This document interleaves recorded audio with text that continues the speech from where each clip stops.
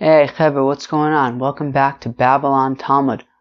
Today we're studying Daf Nun, Daf 50 of Masechta Ayruvin. 50 is a lot. We've done 50 pages of this stuff already. Wow, not bad. Alright, today's Daf talks about understanding Rav's opinion, right? Remember yesterday we had a Mishnah that talks about if a guy, he says, I'm just going to spend Shabbos under this tree. So Rav says he accomplishes absolutely nothing and he can't walk more than 4 amas from where he is. Good job, guy. Shmuel says that no, he can walk until the tree. He just won't be able, if his house is 2,000 amas from the trunk of the tree, he won't be able to walk all the way home because, we're not sure where exactly under the tree he intended. But you can spend Shabbos under the tree nonetheless, and he can walk to the tree. So we're going to understand Rav's opinion, and then so that's basically, let's just say that's like most of the daf is really trying to understand Rav's opinion. At the end, we're going to bring supports for Rav and Shmuel's opinion. Okay. So let's really just start at the top of Nun Amud Aleph, at the very top line. We're just really going to try to understand Rav's opinion. Remember, Rav's opinion is that if a guy is traveling somewhere and he says, hey, up ahead there's a tree, let's spend Shabbos under the tree. So according to Rav, he accomplished absolutely nothing, and he can't move even 4 amas from where he is, meaning up to 4 amas where he is. Amar Rabba, says Rabba, my time in the Rav. How come Rav says this? How come Rav says that when he doesn't when he just says somewhere under the tree that he basically can't move? So Mishum de Masayim Asrei. Well, it's because he didn't mention a specific Dalet Amas. He just said kind of anywhere under the tree. He didn't say somewhere specific. You need to say somewhere specific. If you don't say somewhere specific, well, then you didn't accomplish anything. Vikadami, there are those who say, Amar Rabba, my taima. There are those who say that what Rabba said is, what is my time in the Rav? What is the reason why Rav says that he can't move more than 4 amas from where he is? So something that cannot happen, consecutively or simultaneously, so then it cannot even happen, so then vasachas, I think it's actually simultaneously. Something that can't happen consecutively can't happen simultaneously. Meaning, so what does this mean? It means that basically, so what do you have? You have over here a tree. Now under the tree, there's like a whole bunch of Dalet Amas little spaces. Now he didn't say which Dalet Amas space there is. Now he can't spend Shabbos in 2 Dalet Amas spaces. That's for sure, right? You're Kona Shvisa in 1 Dalet Amas place. Now under this tree, there's a whole bunch of options of which Dalet Amas you're going to choose. Now because he doesn't mention a specific Dalet Amas, we have to assume that he's referring to all of the Dalet Amas. Now you can't be Kona Shvisa in all of the Dalet Amas. You can only be Kona Shvisa in 1. So therefore, he's basically not Kona Shvisa at all, and that's why he can't move from where he is. So the first way to understand it is simply because he wasn't specific about where under the tree. Therefore, since he's not specific, he can't move from where he is. The other way to understand it is that the issue is that he's not mentioning that he intends to be in 1 Dalet Amas. For all we know, he intends to be in all the Dalet Amas, and that doesn't work. So therefore, none of it works. So what's the nafkamina? So my benayu, what would the nafkamina be? The nafkamina would be when he mentions 4 amas, but he doesn't, he mentions that he doesn't intend to be in all the 4 amas, every single 4 amas area that there is under the tree. When he makes it clear that he only intends to be under 1 4 amma area, but he doesn't mention which one, that is going to be where the nafkamina is between the 2 ways of understanding Rav's opinion. So if he says, again, right, if you have a tree, and from one end of the branches of the tree to the far end of the branches of the tree is 8 amas, which means that there are 2 mutually exclusive 4 amas areas under this tree. And he says that he intends to be Kona Shvisa in one of these 4 amas areas, but he doesn't say which one. So in that case, Manda Amr Mishum Delo Masayim Asrei, Halo Masayim Asrei. So according to the first way of understanding Rav's opinion, according to Rabbah, which is that he didn't mention a specific place, well, he still didn't mention a specific place. He mentioned that he's planning to be in one of the two Dalet Amos areas, but he didn't mention which one. But according to the Man Amr, who says that when you can't have something in two consecutive things, such as over here where you can't be Konesh Visa in both of them, so then when he doesn't specify which one of them, well then none of them work.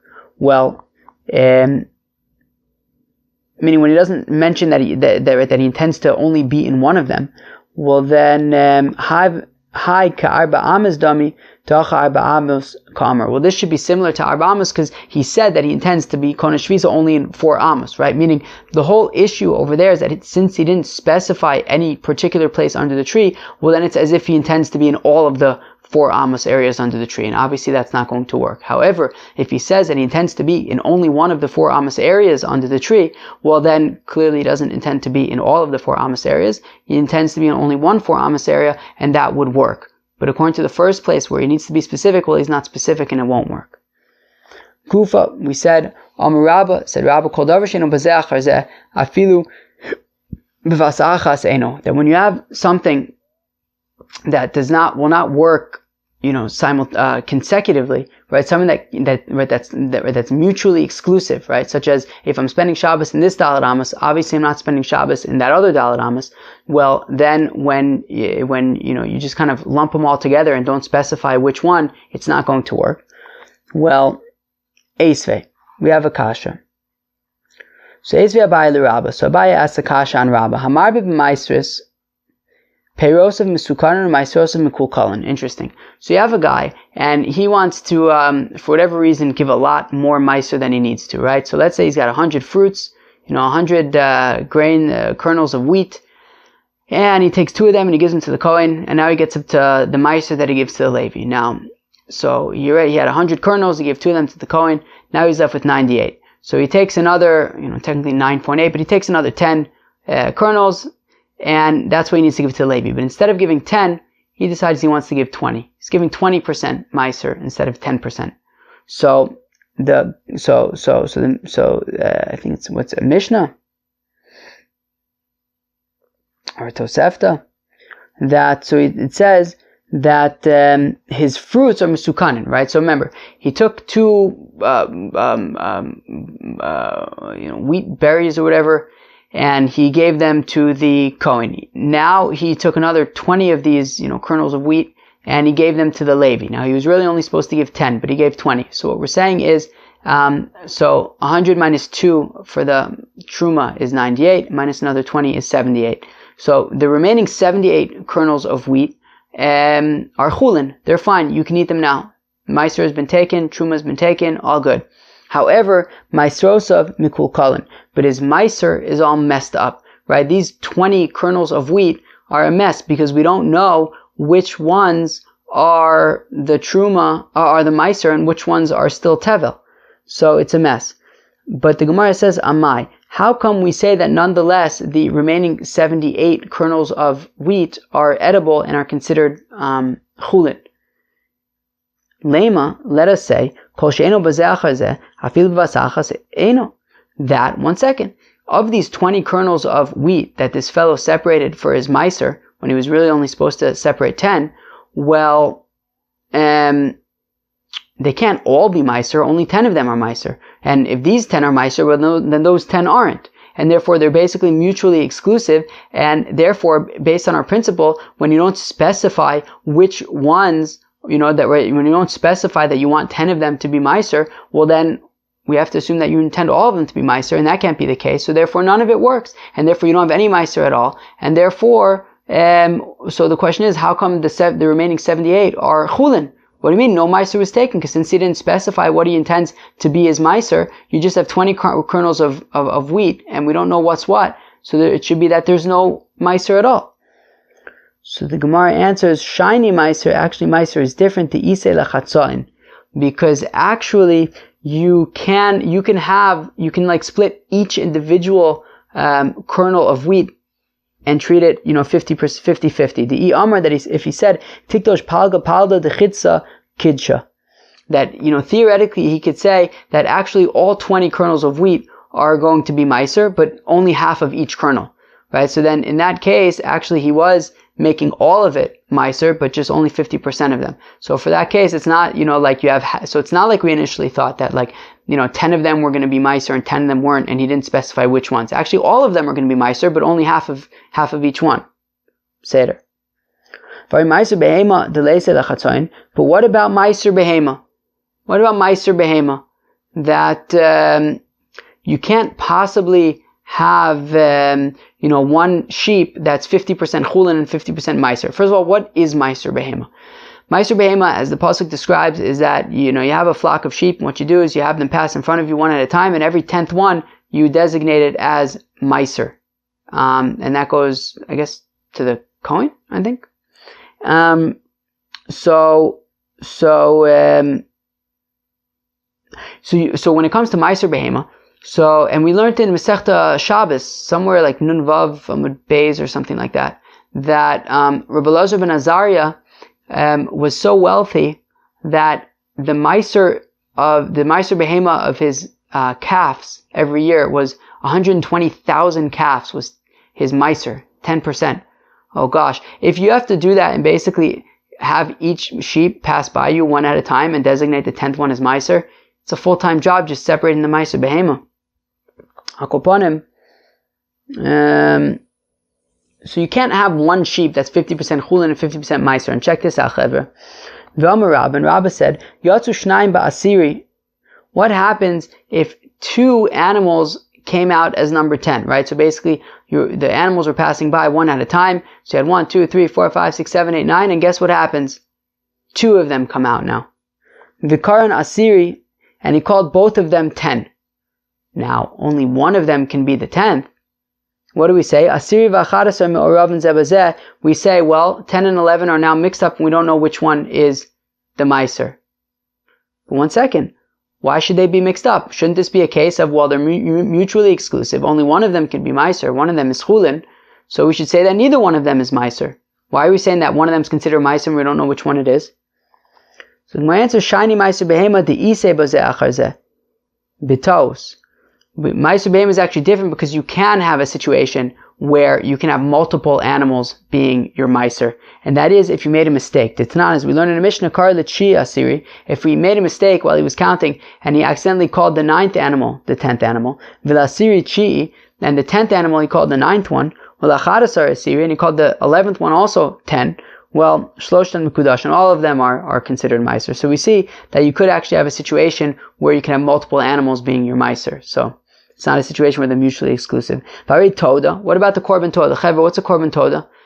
Korban Toda is basically whenever we say Birkas Agomel in Shul, right? Agomel L'Chayav Tova Shemalayim Kol Tov, right? We learned about it Lamaisa in the 9th parak of Masechta Shabbos.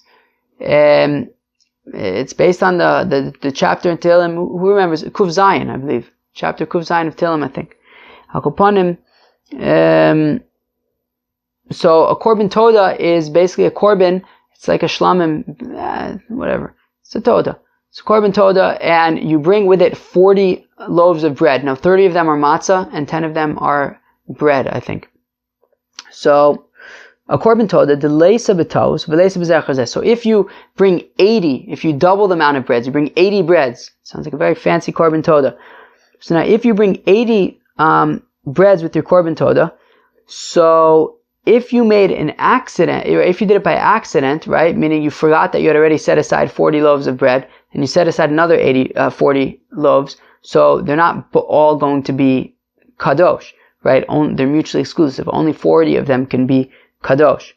And you also would be unable to designate, both of them, right? They're mutually exclusive. Only 40 of these breads can be for the lachmei toda. Ve'etmar, and it was stated, Toda shenishchata al shmonim chalas, that if you have a korban toda that was shechted on 80 of these chalas, that basically at the time that you shechted the korban toda, which is when the chalas get their kedusha, you have 80 of them over there. Chizki Amar Kodsho Allah Kadju Allah mem mitoch shmonim. Says Chizkiah, nonetheless, 40 out of 80 of them work. Rabbi Yochanan Amar says Rabbi Yochanan lo kadju Allah mem mitoch shmonim. Rabbi Yochanan says no, it doesn't work at all. Okay, so Rabbi Yochanan, I guess, makes sense with what we're saying, but Chizkiah is going to be a problem, right? I mean, according to Chizkiah, one second, they're mutually exclusive. You can't have both of, right, only 40 of them are going to be kadosh, the other 40 are not. And since he didn't specify what's what, so shouldn't we say that none of them work? Essentially, like Rabbi Yochanan is saying, how come Chizkiah is saying that 40 of them work? So the Gemara says that's also not going to be a kasha. Ha'it marala, we stated upon it, Amar Reb Zera, hakol modim. Both Chizkiah and Rabbi Yochanan agree. Heichad Amar li kadju arba'im mitoch shmonim dekadshe. That both Chizkiah and Rabbi Yochanan agreed that if he said that his intention is only for 40 of them to become Kodesh, well then it works. Okay, meaning he's not saying all 80 should be Kodesh. Lo yikadshu arba'im ela im kein kadshu shmonim kuli amalo pligi lo kadshu. Now everyone also agrees that if his intention was explicitly that all 80 breads should be part of the Korban Todah, well then it doesn't work. Ki plige, where they argue, is bistame, when he doesn't have any particular intention. There are 80 breads there, but he doesn't have any particular intention. So Marsav la'achrayu is coming chavin, ba'al tanai aisinu. So Chizkiah assumes that the only reason why he was bringing 80 was just in case something should happen to 40 of them. Maybe they'll become tummy or whatever it is, right? But he doesn't actually intend for all 80 of them to be part of his korban. So therefore 40 of them works. Because really only intends for 40 of them to work, but he's just bringing extra as a safety net in case, some of them become tummy. Umar Savar, and therefore Chizkiah says that it works. Umar Savar and Rabbi Yochanan holds the Korban Gadol Kamichavin that no, when he brings 80 breads and he doesn't, mention anything specifically, well then we assume that he's just trying to bring a big fancy Korban, and that's not going to work because only 40 of them, because you can only bring 40, not 80. So we do see nonetheless that when his intention is specifically that he intends to bring 80 breads, well then none of them work because only 40 of them can be for your Korban Todah, and therefore, when you have a situation like this, when only 40 of them can be Kadosh and not the other 40, well then, when you lump them all together, you get nothing. Amar Abaye, says Abaye, Lo shanu ela be'ilan shetachtav yud beizama. So, Abaye says that when Rav says that this doesn't work, what doesn't work? That when you see a tree up ahead and you say, I'm going to spend Shabbos under this tree, that it doesn't work. That is only when the tree is 12 amas from one end of the branches to the other end of the branches, 12 amas or more. Okay, aval be'ilan she'ein tachtav yud beizama. But if the tree is less than 12 amas, well then miktzaz beiso nikar, then part of his house, a part of his home is recognizable. What does this mean? So Abaye seems to be making some kind of assumption, which we're going to ask a question on in a minute, but Abaye seems to be making some kind of assumption, which is that there's like significance to the middle 4 amas of this tree, and therefore, if the tree is 12 amas from start to finish, from the beginning of the branches to the end of the branches, well then, since there's some kind of significance to the middle 4 amas, and we're not sure where his intention is to be Kona Shvisa, maybe it's the beginning 4 amas, maybe it's the last 4 amas. Well, let's say his intention was on maybe he was being Kona Shvisa on the first 4 amas. Well, that doesn't overlap at all with the middle 4 amas, and therefore the Shvisa doesn't work. However, if it's 11 amas or less from one end of the branches to the other end of the branches, well, since there's significance to the middle 4 amas, and 11 minus 4 is 7, and if you divide 7 and 2 and spread that kilo on either side of this 4 amas in the middle, it's 3.5, which means that if we're assuming that his intention was the first 4 amas of the tree, well, that's going to overlap half an amma with the middle of the tree, and therefore basically the point is anywhere you cut it, it's going to be overlapping with this middle significant part of the tree, and therefore that would actually work, and you would be able to be Kona Shvisa under the tree, right? Because the point of Rav is that he's not specifying any part of the he's not specifying a specific part under the tree. Therefore, because he wasn't specific, he can't be Kona Shvisa over there. However, if the tree is small enough that basically it doesn't really matter because any Dalet Amas under the tree is still going to overlap with the middle of the tree, well then even Rav would say that would be acceptable. Maskef la Rav Huna Breda of Yoshua. Now Rav Huna Breda of Yoshua, he asks a kasha against Abaye. Are there fireworks? Why would there be fireworks? I don't know. So Rav Huna Bar Yeshua asks the kasha on Abaye. He's like, what's the deal with this 4 amos in the middle? Why are you assuming that there's like significance to the middle 4 amos of the tree? Maybe his intention, after all, is to be konesh shvisa in the first 4 amos of the tree, or the last 4 amos of the tree. What's the significance to the middle 4 amos of the tree? No, so rather, Rav Huna Bar Yeshua says, look, when Rav says that if he doesn't specify a particular dalet amos under the tree, then it's not going to work. That's talking about a tree that is at least 8 amos wide. And because it's 8 amos wide, so there are potentially 2 areas of 4 amos that he could be referring to, and we don't know which one he's referring to, so therefore it doesn't work. However, if the width of the tree is 7 amos, well, then, either dalet amos, whatever dalet amos he's referring to, is still going to be overlapping with whatever other dalet amos there are. So it's impossible, right? So therefore, ki'ilu, so if you say like ki'ilu, how can you assume that it's the first 4 amos? Maybe he was referring to the second 4 amos, but they're overlapping anyways. So therefore that would be, so Rav would say that in that case, it's acceptable. Tani Kavasi de Rav, Tani Kavasi de Shmuel. We have a brisa supporting Rav and a brisa supporting Shmuel. A brisa supporting Rav, who says that since he doesn't say specifically where under the tree he intends to spend Shabbos, it doesn't work at all. And Shmuel, who says no, it doesn't matter, since as long as he says under the tree, so we'll just say somewhere under some dalet amos under the tree is where he's going to be konesh shvisa. We don't know exactly which one, so therefore we won't be able to walk all the way home, because maybe it was the further dalet amos, but we can assume that one of the dalet amos is going to be konesh shvisa on one of those dalet amos, and he can walk to the tree and spend Shabbos under the tree. Fine.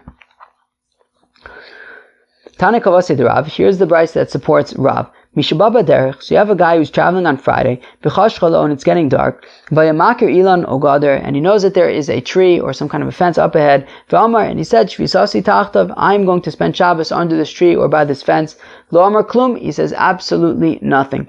Aval, however, but if he says that I'm going to spend Shabbos in a particular place, well then he could walk until he gets to that place, no problem. When he gets to that place, he can walk as much as he wants in this particular place that he's going to, and outside of it he gets another 2,000 amas. When can he walk throughout this entire area? As long as it's a particularly defined place with with walls and everything like that. For example, if he's saying, look, I'm going to walk up ahead to that hill over there that is 10 tfachim tall, and it is from 4 amas by 4 amas until 2 sa'ah, right? That we said that as long as it's from Dalet Amos until a Beis Ha'asayim, we'll consider it a Rishus HaYachid, and he can walk throughout that entire Rishus HaYachid on Shabbos. V'chein Bika, although there's something that changes it to a Neka, some kind of slit in the ground, basically some kind of lower area. Shehi Amuka Yud, that's 10 Tvachim deep. Vehi Midalet Vad Beis Ha'asayim, and it's from 4 Amos until a Beis Ha'asayim. Also, then he can, right? So basically, if there's this area, this Rishus HaYachid up ahead, he could say, I'm going to spend Shabbos in this Rishus HaYachid, and he could walk to the Rishus HaYachid, he can hang out as much as he wants in the Rishus HaYachid, walk throughout the Rishus HaYachid, and then he can continue walking 2,000 amas past that if he wants. Aval, b'makom she'en mesuyam. However, if it's a place that is not well defined, it doesn't have 4 walls, well then, ein lo ela daled amas. Well then, once he gets to that place, he can only walk 4 amas and no more. Hayu shnayim. Now, if there were 2 people, echad makir v'echad she'eno makir, somebody who knows that up ahead there is this Rishus HaYachid,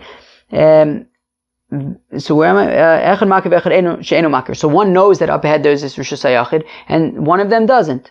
So Zeh she'eno makir, moser shvisasu l'makir. So the one who doesn't know about this thing up ahead, so he can just rely upon the person who does know about it. V'amakir omer shvisasi v'makom ploni, and the one who knows about this place ahead can say for both of them that we're, so he says, I'm going to spend, what's the base over here? Right, Shvisasenu, exactly. We are going to spend Shabbos in this particular place, and that would work. Now, Bamed Dvarim Amurim. When we say that in a place that does not have, and this is important, this is the proof for Rav, that when we say that a place that's up ahead, that does not have like 4 walls or anything like that, so then when he gets there, he can walk 4 amos. He can't walk out, he can't walk more than 4 amos, but he can walk 4 amos once he gets to that place and then continue for another 2,000 amos.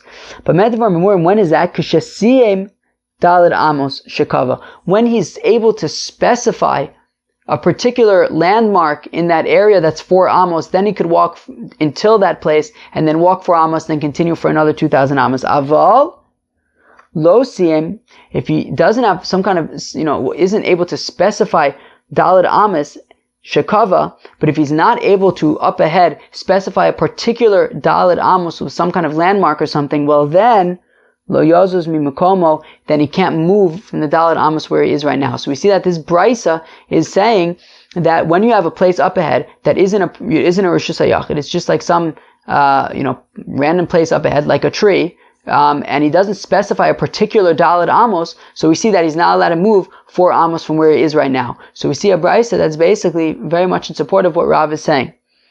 So well, then let's say that it's a problem for Shmuel, who seems to be saying that as long as that you can just, for example, under the tree, you can just pick any 4 amos and assume that he's being konesh visa over there. So Amar Lach Shmuel will say to you, Hachav Mayaskinan, no, you know what the problem is in that brisa? You know why that brisa is saying that you need to specify a particular daled amos? That is because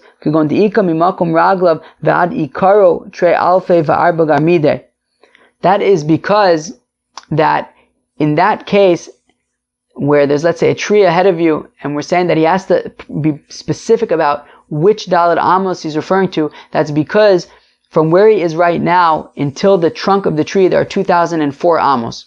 The significance of the 4 amos is that basically he's allowed to walk 4 amos from where he is right now, right? Because anybody can always walk 4 amos, and then he gets an additional 2,000 amos to walk to this tree. So he's saying that basically that tree is as far away as he could possibly walk. However, the branches of that tree continue past that, and because he didn't say specifically which daled amos he's referring to, we have to assume that maybe he's referring to the daled amos on the other side of the tree, and that's going to be too far for him. And because because in this particular case, where he can't travel anywhere under the tree, well, therefore, that's why even Shmuel would say that you would have to specify a particular daled amos, which is interesting, because that means that when Shmuel says that, when he says that basically I'm going to be konesh visa just under the tree, and Shmuel says it works, that is only when the tree is entirely within 2,000 amos that he can actually walk to any part of the tree to be kona the daled amos. He just doesn't specify which daled amos, but he can walk to any of those daled amos. Rav says that no, he must specify daled amos even if he could walk to any one of them. You still have to specify a particular daled amos. So now Shmuel is saying that in this brisa, why the brisa is saying that you have to be specific which daled amos he's referring to, it's because he's only able to, he maxed out his 2,000, he says 2,004 amos really, to get to the trunk of the tree, and therefore the other side of the tree would be past how far he's allowed to walk, and therefore we have to be concerned that maybe he's going to be konesh visa on the other side of the tree, which is too far. So therefore he has to specify which daled amos he's referring to. The mukamas lebeidach gisa, because if theoretically the daled amos that he's being spending Shabbos in is on the other side of the tree, right? Gisa the ilan kamle levar mitchuma. He's going to be beyond his tchum that he's allowed to walk to. Therefore, Yisiyim daled amos matzi azil, if he specified which daled amos he's referring to, and it's a daled amos on the side of the tree that's closer to him, well then he can go there. V'ilo lo matzi azil, but if he doesn't specify which particular daled amos he's referring to, then he would not be able to walk there, because we have to be concerned that maybe he's referring to the daled amos on the other side of the tree, which is too far. And therefore, even Shmuel would agree with that brisa. Tana Kavasa de Shmuel, we have a brisa supporting Shmuel. Tav ve'erev l'shtei ruchis. If you have a person who made a mistake and he thought that you can make 2 Ayruvs for Shabbos. He thought that I can make an Ayruv to the north of the city and an Ayruv to the south of the city, and in the morning I'll use the Ayruv to the north to go to my friend in the north, and in the south I'll use and in the afternoon I will use the Ayruv to the south to go to my friend in the south. So right? So somebody who made a mistake, made an Ayruvin in two directions, because he thought that you're allowed to do that. Or he said to his servants, "Hey guys, can you go out and put out, make an Ayruv for me? Echad Ayruv olav l'tzafon, v'echad Ayruv olav l'darim." And one of them put an Ayruv for him in the north, and one of them put an Ayruv for him in the south. Mahalach l'tzafon ke'eruv l'darim, v'l'darim ke'eruv l'tzafon. So basically, we have to be concerned that one of the Ayruvs worked and we just don't know which one it is. And therefore, so let's say the Ayruv to the north was 1,000 amos outside of the city, and the Ayruv to the south was 1,000 amos to the south of the city. Well, then basically all of the city, of course, is considered like Dalet amos. So then the Ayruv to the north is Kona Shvisa, meaning because he slept in that city, right? So the whole city is considered like Dalet amos for him. Now, the Ayruv in the north, from where that is, you can go in any direction 2,000 amos, which means you can go from the Ayruv to the city, and then past the city another 1,000 amos. And then if the Ayruv to the south is 1,000 amos outside of the city, so then he could walk basically from the Ayruv to the south, 1,000 amos to the city, and 1,000 amos past that, basically to where the Ayruv is in the north. Right? So what he's saying is that, right, so Mahalach l'tzafon ke'eruv l'darim, so he's allowed to walk as far north as the southern Ayruv will allow him to, as far as the southern Ayruv extends to, which is 1,000 amos north of the city. V'l'darim ke'eruv l'tzafon, and he can also walk southward as far as the northern Ayruv would allow him to go, which in our case would be 1,000 amos south. V'mitz'u olav esa tchum lo yazuz mimukomo. However, if both Ayruvs were as far out as they can go, i.e., if they made the northern Ayruv 2,000 amos outside the city and the southern Ayruv 2,000 amos outside of the city, well, that means that the southern Ayruv would prevent him from going out of his city to the north at all, and the northern Ayruv would prevent him from going outside of the city to the south at all, so therefore he's basically going to be stuck in his city. Well, let's say that this is a kash on Rav. Why is this a kash on Rav? Because basically we see a situation where we're not sure which Ayruv worked, but we're assuming that one of them worked, which is why we have to be strict in both directions. So that should be similar to like when he says, I'm going to spend Shabbos under a tree. There's a whole bunch of Dalet amos areas over there, but he doesn't say which one it is. So Shmuel says, well, we're going to assume that one of them works, and therefore he can go to that tree for Shabbos. Now, Rav would say that you can't just say that we're going to assume that one of them works. So let's say this is a brisa that this is a kash on Rav. So the Gemara answers an awesome answer. Rav Tana Upalig, that Rav is a Tana and he can argue. What an interesting answer. It comes up from time to time, but it's still such a mind-blowing answer. Rav Tana Upalig. To think of Rav as a Tana, to think of Rav like Rav Yehuda, like Reb Shimon ben Yochai, Rabbi Akiva. Rav is a Tana. When you think Tana, you think Mishnayos, Brises, Rabbi Yehuda, so Rav is a Tana, just like them all, which is very interesting. I mean, obviously we assume, we refer to Rav as an Amora. Rav is an Amora, but he's able to argue on Brises, which is interesting. That was Daf Nun of Masechta Ayruvin. So we really spent most of the Daf really understanding Rav's opinion. In terms of, so we started off with Rabbah, who gave two explanations for why Rav says that when he doesn't give a particular area under the tree, it's not going to work. One is because he needs to be specific, and if he's not specific, it doesn't work. If he doesn't say exactly which Dalet amos he's referring to, it's not going to work. The other way of understanding it is that, well, he can't be Kona Shvisa, and you can only be Kona Shvisa in one Dalet amos.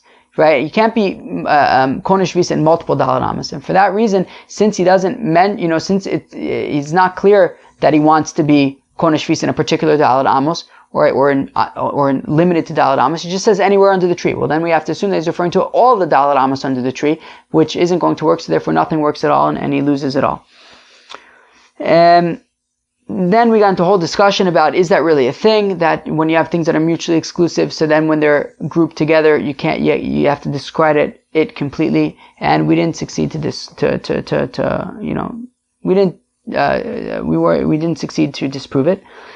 And then we talked about how large is the tree that Rav is referring to. Abaye said it has to be 12 amos or larger, because the middle of the tree, the Dalet amos in the middle, is significant, and if it's 12 amos or larger, well then we have to, you can have a situation where if he's referring to, let's say, the first Dalet amos, it's not going to overlap at all with the middle of the tree.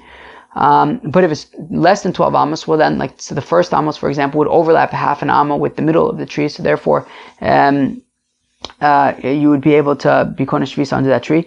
Rav Huna Bar Yeshua says, where did this 4 amos in the middle of the tree get its significance from? Rather, Rav is talking about a tree that is 8 amos or more, which can have 2 mutually exclusive 4 amos areas that don't overlap at all. But if it's less than that, so then it would be an acceptable place to be for Shabbos. And then we basically just brought 2 brises, one to support Rav, one to support Shmuel. And the Gemara ended with that cool statement of Rav Tanu Upalig. I hope that you enjoyed the Afnun. Peace out.